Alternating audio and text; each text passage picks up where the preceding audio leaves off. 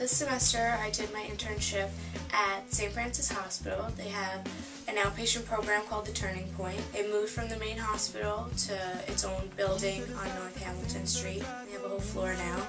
It offers drug and alcohol counseling to people in the area. There's a bunch of different programs they have. They have day intensive, dual focus, evening intensive, a women's intensive group, and they do individual counseling as well. And we have a nurse practitioner on site that can prescribe medication to all the patients that we have.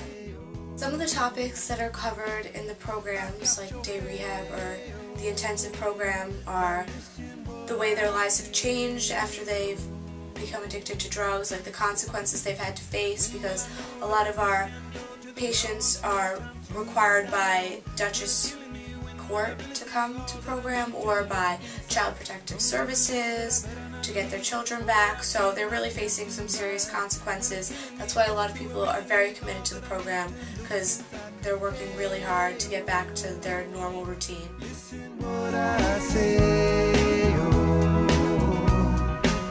Come back and hey, oh, look at what I say, oh. Dual Focus is a program for people with mental disabilities as well as having a drug or alcohol problem. So you'll have people with low functioning IQs all in the same group to work on the 12 steps. Our facility has a pantry, which they are legally required to provide food to the day rehab program because they're there for over 4 hours. But it's really nice for the patients to be able to go in and grab some coffee or orange juice or even just a peanut butter and jelly sandwich, because unfortunately a lot of the people in the program, some of them are homeless, a lot of them are from low-income families, and it's nice that they can relax during their breaks, because it can get very stressful sitting in a group for 3 hours. A big part of the daily routine of the groups is usually they'll watch a short film, something about addiction or recovery as another tool in the learning process. The facility has a computer room that has hundreds of tapes about everything to do with drugs and alcohol, and also it helps the clients learn how to use the computer. It's on display for you, coming down on not today. Did you meet your fortune teller? Get it off with no propeller.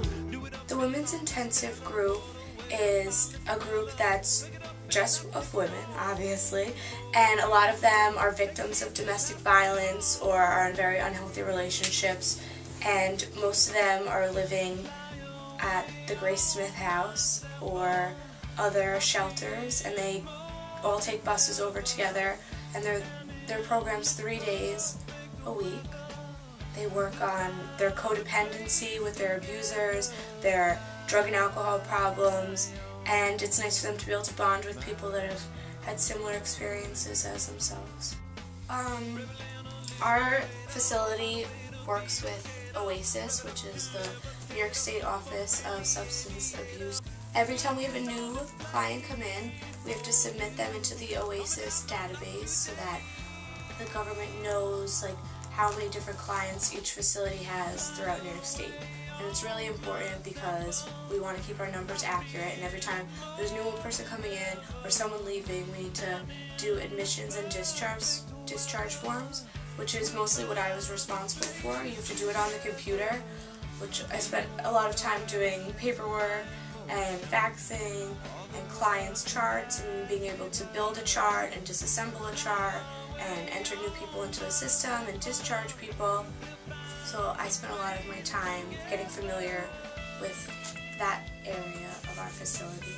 Another thing I spent a lot of time doing was clinical discharge forms and continuing care forms. And every time someone's discharged from the program, they have to have a continuing care plan that says this is what we worked on, this is what you completed. Either you completed your drug and alcohol goals or you didn't, depending on whether or not they left program with medical approval or without medical approval.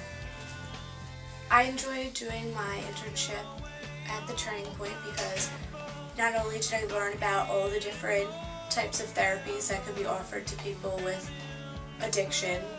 I also learned about all of the paperwork that goes into having a facility like this and just how huge of a responsibility it is to be required to keep all of these forms and be on top of everything all the time.